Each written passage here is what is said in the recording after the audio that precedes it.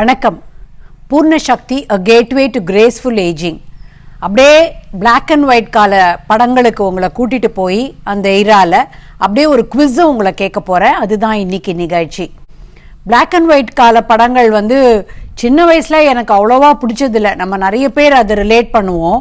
தூர்தர்ஷன் ஒரே ஒரு சேனல் தான் இருக்கும். அதில் பழைய படம் அந்த பிளாக் அண்ட் ஒயிட் போயோ ஐயோ அப்படின்னு சொல்லுவோம். அப்புறம் ஒளியும்லேயும் அந்த பழைய பாட்டுன்னு வந்ததுன்னா போச்சா இந்த வாரமும் அப்படின்னு நாம் நினைப்போம். பட் இப்போது சில புது படங்களை பார்க்கும்போது இதில் இல்லாத சில விஷயங்கள் அப்போல்லாம் இருந்ததே அப்படின்னு அந்த மெமரிஸை நாம் ரொம்ப செரிஷ் பண்ணுறோம். அந்த காலத்து படங்களுக்குன்னு ஒரு தனி மகத்துவம் இருக்குன்றத நாம் ரொம்ப ரொம்ப எப்போதுமே மகிழ்ந்து பூரிச்சுப்போம். அந்த வகையில் சில சீக்வென்சஸ் உங்களுக்கு காமிக்க போகிறேன். அந்த சீக்வென்ஸில் ஒரு நம்பர் போட்டு அதுக்கான ஒரு கேள்வியும் உங்களுக்கு திரையில் வரும். அந்த கேள்விக்கான பதிலை கமெண்ட்ஸில் நீங்கள் ஆன்சர் பண்ணணும். ஒரு நம்பர், அதுக்கு பக்கத்தில் ஒரு குவெஷன். ஸோ நீங்கள் உங்களுடைய கமெண்ட்ஸில் அந்த நம்பர் அதோட ஆன்சர் அப்படி இருக்கும். அந்த மாதிரி உங்களுக்கு 4-5 கேள்விகள் வருது. சப்போஸ் நான் ஒன்றும் அவ்வளோ பெரிய ஆளெல்லாம் இல்லை, எனக்கு பழசெல்லாம் தெரியும் ஆனால் பேரெல்லாம் மறந்து போச்சு அப்படின்ற சொல்கிறவங்களுக்காக அடிஷ்னலாக க்ளூஸும் வருது. அந்த குவிஸு முடிஞ்சு நான் சில ஆக்டர்ஸ் பற்றியும் அவங்கள பற்றின இன்ட்ரெஸ்டிங் ஃபேக்ட்ஸையும் நான் ஷேர் பண்ண போகிறேன். இண்டிபெண்ட்டாகவே இது நல்ல ஜாலியான விஷயம்தான். அந்த ஃபேக்ட்ஸ் யாரை பற்றிலாம் பேசுகிறேனோ அவங்களுக்குள்ள சில பேர் தான் அந்த குவிஸோட கேள்விகளும் வராங்க அப்படின்றது தான் உங்களுக்கான க்ளூ.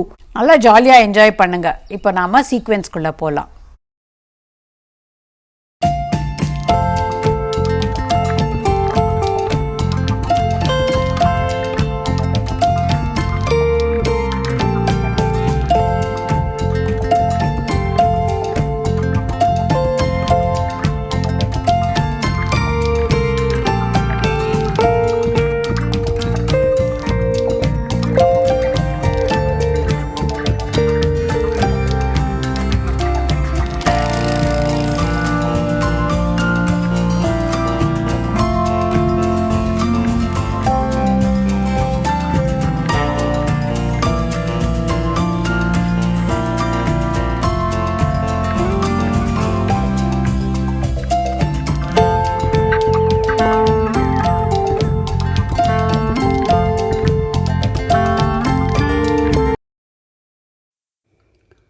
ரஞ்சன். இவரது ஸ்டைலான கத்தி சண்டைக்கு ரசிகர்கள் பலர். சந்திரலேகா, மங்கம்மா சபதம் என்ற படங்களில் குறிப்பிடத்தக்க பாத்திரங்கள் ஏற்றவர்.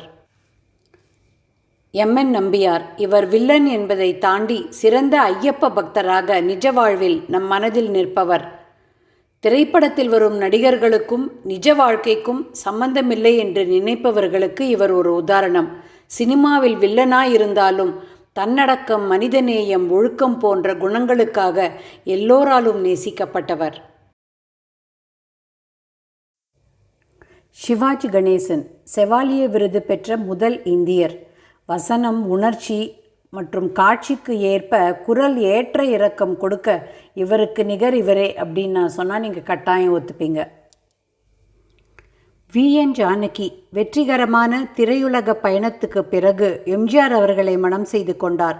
குறுகிய காலம் தமிழக முதல்வராகவும் இருந்தவர். மருத நாட்டு இளவரசி, வேலைக்காரி என்று சக்கை போட்டவர். அக்கினேனி நாகேஸ்வர ராவ்.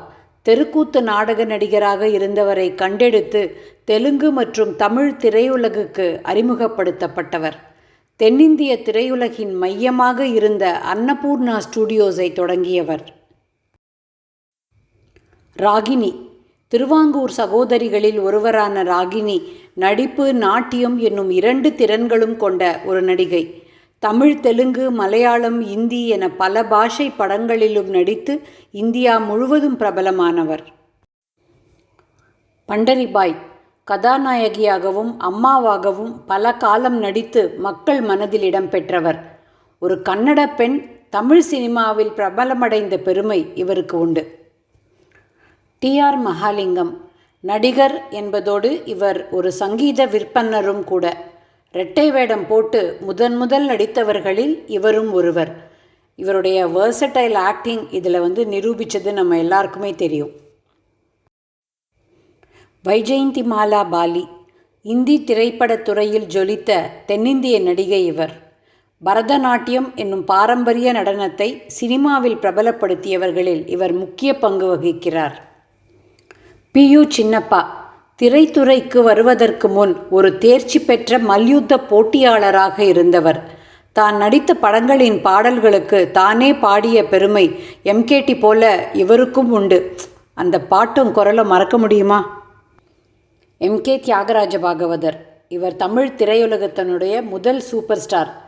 லக்ஷ்மிகாந்தன் கொலை வழக்கில் தவறாக சிறைப்படுத்தப்பட்டு ஒரு அற்புதமான திரைப்பயணத்தில் சரிவு ஏற்பட்டது அவருக்கும் தமிழ் திரை ரசிகர்களுக்குமே ஒரு பெரிய நஷ்டம். அஞ்சலி தேவி லவகுஷா படத்தில் சீதையாக நடித்ததன் மூலம் தெலுங்கு திரையுலகின் நித்தியமான சீதையாக கொண்டாடப்பட்டவர். அஞ்சலி பிக்சர்ஸ் என்ற கம்பெனி மூலம் பக்த பிரகலாதா, சதி சாவித்ரி போன்ற வெற்றி படங்களை தந்தார். பழைய படங்கள் அது அந்த ஸ்லோவாக அது போகிற விதம், பேசுகிற இடத்துலலாம் ஒரு பாட்டு, 3 மணி நேர படம், இப்படிலாம் பழசை நம்மளுக்கு இப்போவே பார்க்கறதுக்கு அவ்வளோவா பொறுமை இருக்கா அப்படின்றது தெரியலை. நம்மளுக்கு இந்த சேஞ்சும் தேவைப்படுது. இந்த புது படங்கள் அதனுடைய லேட்டஸ்ட் டெக்னாலஜி எடுக்கிற விதம் இதெல்லாமும் நம்மளை ரசிக்கிறோம். அதனால பழைய படங்களை பார்த்து பரவசப்படலாம். அதே நேரத்தில் புது படங்களை பார்த்து நாம் புன்னகை பூத்து பூரிச்சும் போகலாம். கட்டாயமா நிறைய பேர் கூட ஷேர் பண்ணுங்க அண்ட் சப்ஸ்கிரைப் பண்ணுங்க. அப்பதான் பூர்ண சக்தி வீடியோஸை மிஸ் பண்ணாம பார்க்க முடியும்.